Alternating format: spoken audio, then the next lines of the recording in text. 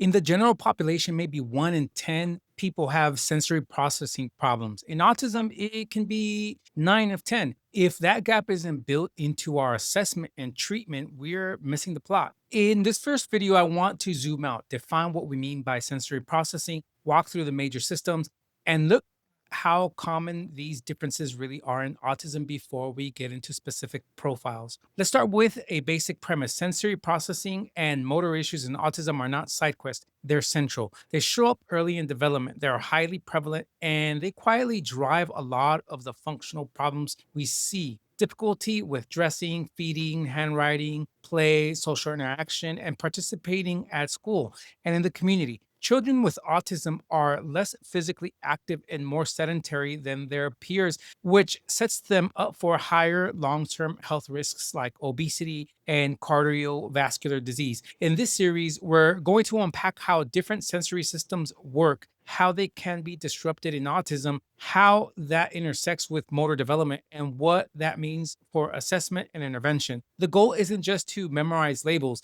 it's to understand the mechanisms well enough that we stop treating behaviors in isolation and start targeting the underlying sensory and motor systems driving them. Official diagnostic criteria don't list sensory processing disorder or motor impairment as core features of autism, but practically they're everywhere. Large samples show that over 86% of autistic children meet criteria for risk of motor impairment, and those challenges don't simply disappear with age. You see it in fine motor tasks like buttons and handwriting, in gross motor skills like running and ball play, and in coordination required for sports or playground games. On the sensory side, difficulties registering, filtering, or integrating input turn everyday tasks into heavy lifts. Getting dressed, tolerating grooming, handling noise at school, or staying regulated in busy environments. When we ignore this hidden impact, we mislabel a lot of what we see as noncompliance, laziness, or poor motivation. In reality, we're often looking at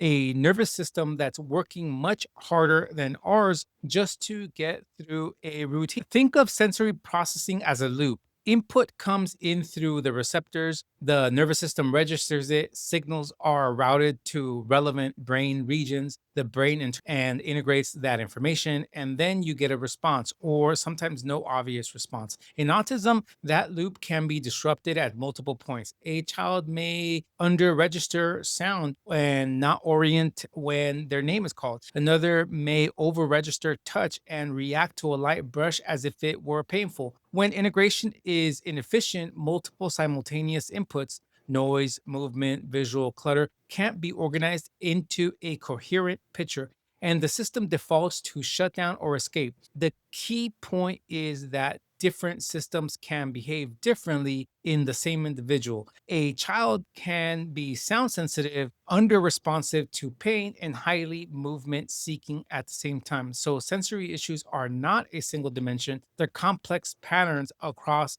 a multiple step processing chain. When most people talk about the senses, they stop at five: touch, hearing, vision, taste, and smell. For autistic individuals, the so called hidden systems, proprioceptive, vestibular, and interoceptive, are often where the most disruptive functional problems sit. Tactile processing involves touch, pressure, temperature, and pain. Auditory processing governs how we handle speech and background noise. Visual processing organizes light, color, motion, and detail. Taste and smell are essential to feeding and mealtime behavior. Proprioception tells us where our body is in space and how much force to use. The vestibular system supports balance, posture, and movement through space. Interoception monitors internal states, heart rate, breathing, gut sensations, and emotional arousal. In autism, you rarely see a single system problem. You see profiles, combinations of over-responsivity, under-responsivity, and sensory seeking across these systems that make typical environments confusing, exhausting, or overwhelming. When you look at prevalence, the gap between the general population and autism is massive. In the general population, estimates of sensory processing disorders